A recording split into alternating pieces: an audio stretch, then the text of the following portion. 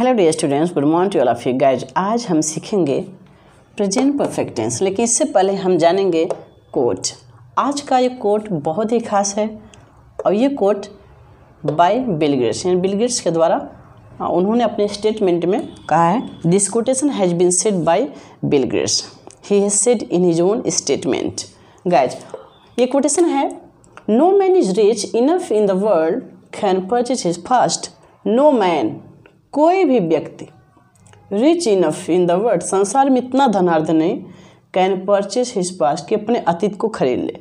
Purchase means खरीदना, past means अतीत जो बीत जाता है। नो मैन, कोई भी व्यक्ति, कि दुनिया में ऐसा कोई भी व्यक्ति नहीं जो अपने बीते हुए अतीत को खरीद सकता है। इतना धनी व्यक्ति कोई भी नहीं। सोचो, इतना धनार्थ व्यक्ति बिल गेट्स उन्होंने कहा है। तो कहने का तात्पर्य है कि we should not dream away. हमें समय को नष्ट नहीं करना चाहिए। स्कैंडर भी आप बोल सकते हैं, स्कैंडर, या फिर वेस्ट टाइम भी बोलते हैं इसके सिनोनिम से। ओके गैस, नोट कर लीजिए। चलिए गैस, अब सीखते हैं present perfect. Present perfect tense का जो डेफिनेशन होता है वो है चुका है, चुकी है, चुके हैं, लिया है, दिया है, किया है। इसका डेफिनेशन आप लिख लीजिएगा, चुका है, चुकी है, चुके हैं, लिया है,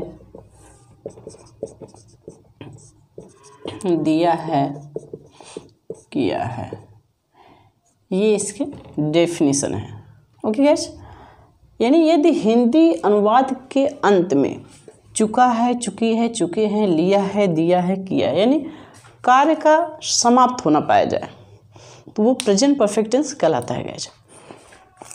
present perfect tense, okay guys, इसके रूल आपको बताते हैं कि ही सी इट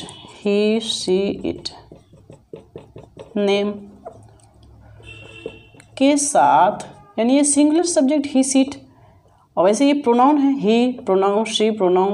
ओके गाइज, इनके साथ सिंगुलर सब्जेक्ट के साथ हैज का प्रयोग करते हैं, हैज का प्रयोग प्लस वर्ब की third form. Okay guys, rule second में क्या है, I, we, you, they. Plural subject के साथ हैव का प्रयोग प्लस वर्ब की third form. Okay guys,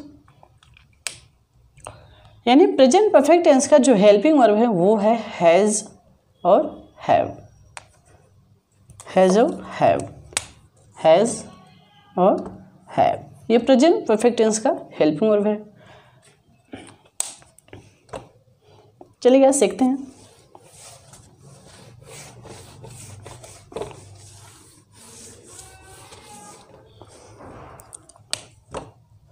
BS basic structure, subject plus has या हैव प्लस वर्ब के third form plus object plus ETC।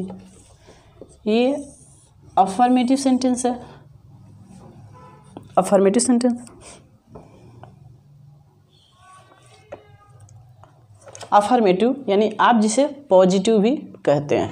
Okay guys, एक खास बात और आप ये जान लीजिए कि मैंने बताया था कि असर्टिव सेंटेंस के दो भाग होते हैं। एक तो होता है पॉजिटिव, दूसरा होता है नेगेटिव, यानी जिसे आप अफर्मेटिव भी कहते हैं। यानी असर्टिव सेंटेंस से किसी तथ्य का बोध होता है, किसी आइडिया का बोध होता है, तो वो असर्टिव है। लेकिन अफर्मेटिव यानी पॉजिटिव से किसी इंफॉर्मेशन का बोध होता है गाइस, इस बात का ध्यान रहे। And affirmative sentence gives an information about something, यानी इससे किसी सूचना का बोध होता है। ओके गाइस, इस बात का ध्यान रहे। और इसका हैज का हैज, हैव, इन दोनों का जो फॉर्मेशन होता है, निगेटिव में हैज़ नॉट का एंड और हैव नॉट का भी एंड होता है गाइस, इसको नोट कर लीजिए। नेगेटिव में इसका जो कॉन्ट्रैक्शन होता है हैज़ और हैव का, यानी हैज़ नॉट, हैव नॉट, इनका कॉन्ट्रैक्शन क्या होगा? Negative and. ओके गाइस, चलिए देखते हैं। जैसे तुम अपना काम कर चुके हो,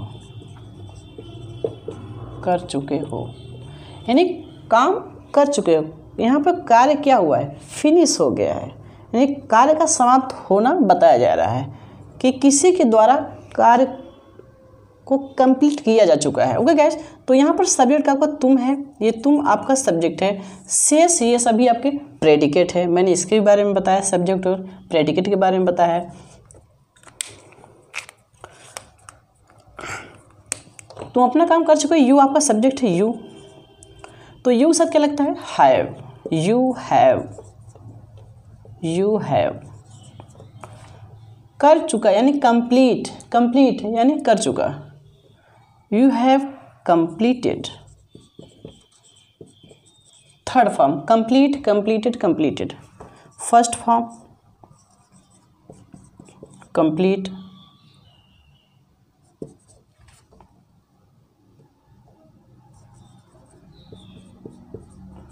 completed. First second third form completed. You have completed अपना, यानी पजेसिव केस आपको लगाना होगा। यू हैव कंप्लीटेड, तो यू का पजेसिव क्या होगा? Your. You have completed your work. यहाँ पर वर्क जो है नाउन की तरह यूज हुआ है। ओके गाइज, वैसे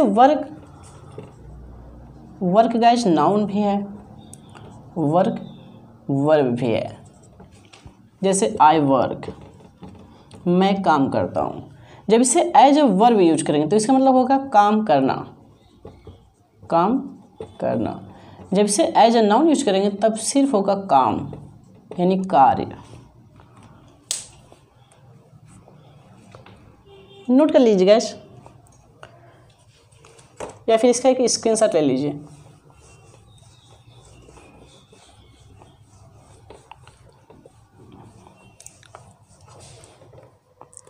चलिए आगे देखते हैं।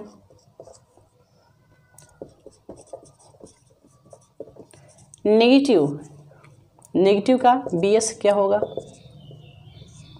सब्जेक्ट प्लस हैज़ नॉट या फिर हैव नॉट, या फिर आप एंट भी लिख सकते हैं, बोल सकते हैं एंट। जैसे कंटिन्यूस के नेगेटिव में मैंने बताया था एंट, यानी इज नॉट, एम नॉट, और नॉट, हैज नॉट और हैव नॉट का ही एंट कंट्रैक्शन होता है guys. Plus verb plus third form plus object plus ET से। एज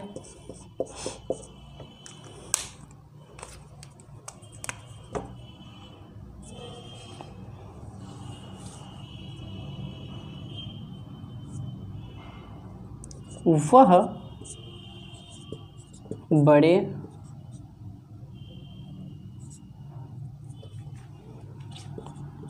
मुरव्वत से नहीं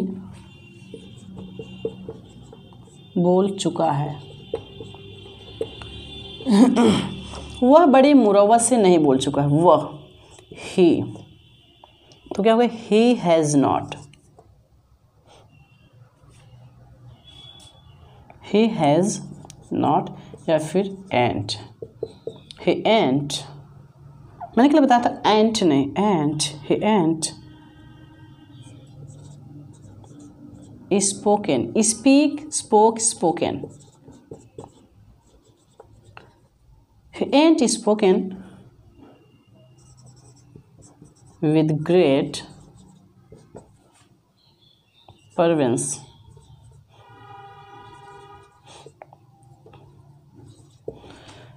विद ग्रेट परवेंस, बड़े मुरव्वत से। ही एंड या he has not spoken with great fervence, वह बड़े मुरव्वत से नहीं बोल चुका है, थर्ड फॉर्म ही लगेगा गैज।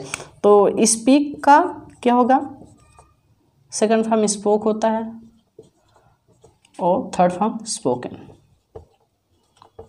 एक चीज़ ध्यान रहे कि स्पीक और टॉक, यहाँ पर स्पीक के बाद मैंने प्रीपोजिशन विद दी है गैस, लेकिन आपको ध्यान रहे स्पीक और टॉक में अंतर होता है। स्पीक के बाद हमेशा विद आता है, स्पीक विद हिम, और टॉक के बाद हमेशा टू आएगा, जैसे talk to me, talk to him. Okay guys, note कर लीजिए gas.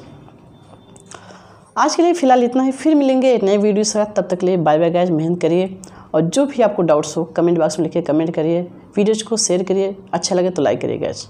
Okay guys, bye bye.